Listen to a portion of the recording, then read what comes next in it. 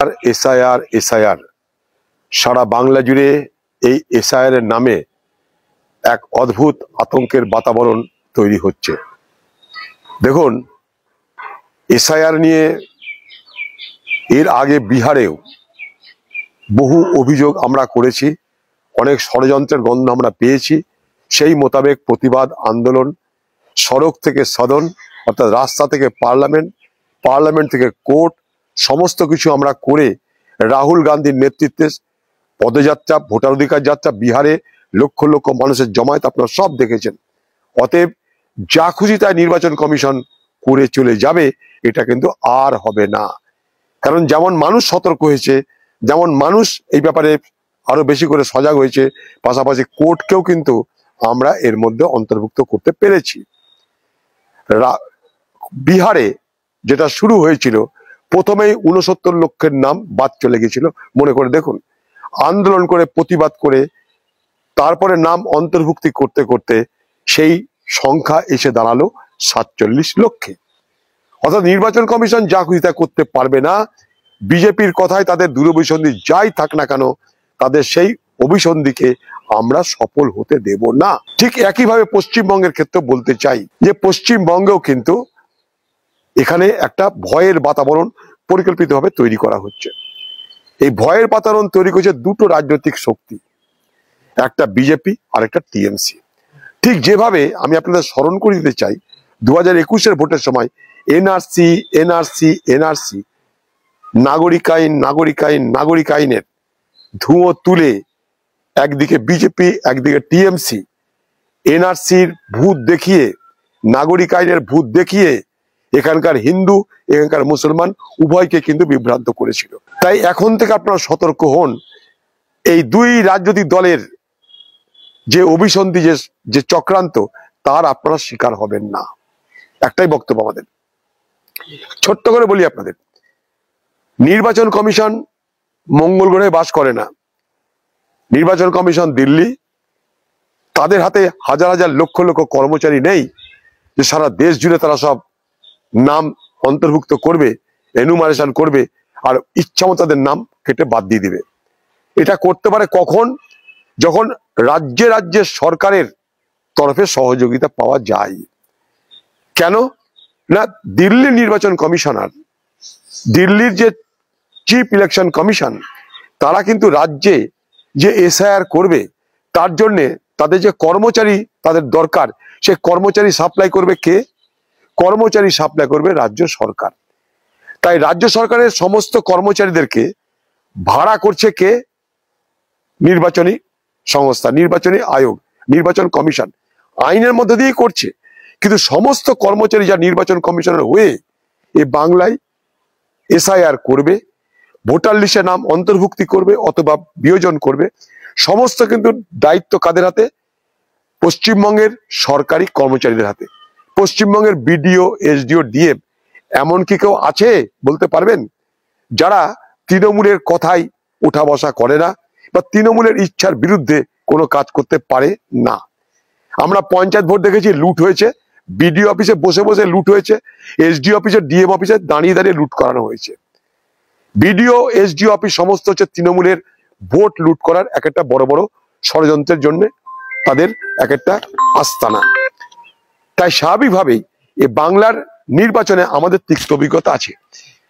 আমরা চাইবো পশ্চিমবঙ্গ সরকার রাস্তায় দিদির মিছিল না করে, খোকাবাবুর মিছিল না করে, কখনো নির্বাচন কমিশনকে বলছেন গলা কেটে দিব, কখনো নির্বাচন কমিশনকে বলছেন রক্তাক্ত করে দিব, কখনো বলছেন ঘেরাও করব, এইসব বাতেলা না দিয়ে, ভাষণ না দিয়ে আপনারা আপনাদের কর্মচারীদের বলুন যে তারা যেন প্রত্যেকটা বৈধ ভোটারের নাম অন্তর্ভুক্ত করে।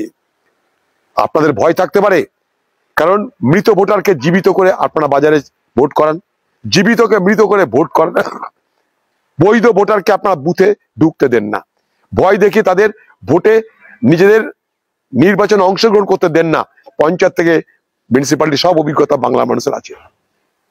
অতএব বাংলায় যদি এসআইআর কাণ্ডে কোন রকমের বৈধ ভোটারের নাম বাদ যায়, জানবেন তৃণমূলের সহযোগিতায় নির্বাচন কমিশন করছে। কারণ খুব স্পষ্ট, নির্বাচন কমিশনের হাতে কোনো কর্মচারী নেই, সব কর্মচারী রাজ্যের, রাজ্য তাদেরকে কর্মচারী সাপ্লাই করছে। তাই জেনে রাখবেন, দিদি আর খোকাবাবুর এই যে ঢপের কীর্তন করছে না, আখেরে তারা কিন্তু নির্বাচন কমিশনকে সমর্থন করবে। নির্বাচন কমিশনকে ভয় দেখিয়ে তাদের ইচ্ছা মতো পরিচালনা করতে বাধ্য করার একটা সূক্ষ্ম প্রচেষ্টা হচ্ছে। কংগ্রেস বসে নেই, যেমন দিল্লিতে সারা দেশ জুড়ে রাহুল গান্ধী নেতৃত্বে কংগ্রেস লড়েছে, লড়ছে, লড়বে, ঠিক একইভাবে পশ্চিমবঙ্গ কংগ্রেস লড়বে। ইতিমধ্যে প্রদেশ কংগ্রেস অফিসে আমাদের হেল্পলাইন চালু করে দেওয়া হয়েছে, আপনারা যোগাযোগ করবেন। একইভাবে মুর্শিদাবাদ জেলাতেও, যেখানে আমি বাস করি, সেখানেও সারা জেলার প্রত্যেকটা ব্লকে আমরা বিএলও নিযুক্ত করে দিয়েছি, বিএলএ নিযুক্ত করে দিয়েছি। অতএব আপনাদের কোনো ভয় নাই। আপনাদের যদি কোনো অসুবিধা হয় বুঝতে, জানতে, নাম অন্তর্ভুক্ত করতে, আপনারা যোগাযোগ করুন। আমরা হেল্পলাইন চালু করছি, আপাতত 4টে হেল্পলাইন নম্বর দিচ্ছি। এটা প্রত্যেকটা ব্লকে ব্লকে আমরা একটা করে হেল্পলাইন নম্বর দেব।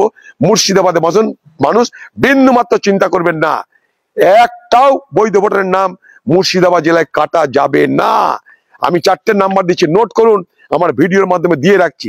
1, যদু ঘোষ, তার নাম্বার 9732338848। আবার বলছি 9732338848। যদু ঘোষ 1 নম্বর। 2 নম্বর, সিদ্দিকি, মোহাম্মদ সিদ্দিকি, তার নাম্বার 9749086156। আবার বলছি 9749086156। 3 নম্বর, রুবেল, মোহাম্মদ রুবেল, তার নাম্বার দিচ্ছি 9733881006। আবার বলছি 9733881006। আর একটা নাম্বার দিচ্ছি নুরুজ্জামান, তার নাম্বার 915345348693। আমরা নাম্বারগুলো দিয়ে রাখলাম। কোথাও যদি কোনো অসুবিধা হয় আপনাদের, এনারাই আপনাদেরকে বলে দিবে কোন ব্লকে কার সঙ্গে যোগাযোগ করবেন। কারণ প্রত্যেকটা ব্লকে আমাদের বিএলএ এবং এই এসআর দেখভালের জন্য আমরা হেল্পলাইন চালু করছি। পশ্চিমবঙ্গের সরকারের কাছে আমার আরেকটা দাবি, পশ্চিমবঙ্গ সরকারের দাবি একটাই, যে সাধারণ মানুষ তাদের ভোটার লিস্টে নাম অন্তর্ভুক্ত বা কেটে দেওয়ার জন্য যে যে কাগজের তাদের দরকার, যে যে ডকুমেন্টের দরকার, প্রশংসাপত্রের দরকার, সেগুলো তারা জোগাড় করতে যাচ্ছে বিডিও, পঞ্চায়েত, এসডিও অফিসে। দয়া করে বলে দিন পশ্চিমবঙ্গের সেই সমস্ত দপ্তরের লোকদের, আপনার পার্টির লোকদের, যেন school, college, panchayat, BDO, SDO কোথাও যেন মানুষের এই দুরবস্থার সুযোগ নিয়ে তাদের কাছে টাকার বিনিময়ে সার্টিফিকেট এই গল্প চালু না করে। কারণ এটা কিন্তু হবে, এই কাগজপত্র জোগাড় করার নামে মানুষ যখন ভয়ে থাকে, তখন তাদের কাছ থেকে দুর্নীতিগ্রস্ত ভাবে টাকা কামানোর কিন্তু প্রচেষ্টা তৃণমূলের লোকেরা করবে। কারণ বাংলায় সবকিছুর অভাব থাকতে পারে, কিন্তু তৃণমূলের সৌজন্যে এই বাংলায় চোরের আর দুর্নীতিগ্রস্ত ব্যক্তির কোনো অভাব নেই।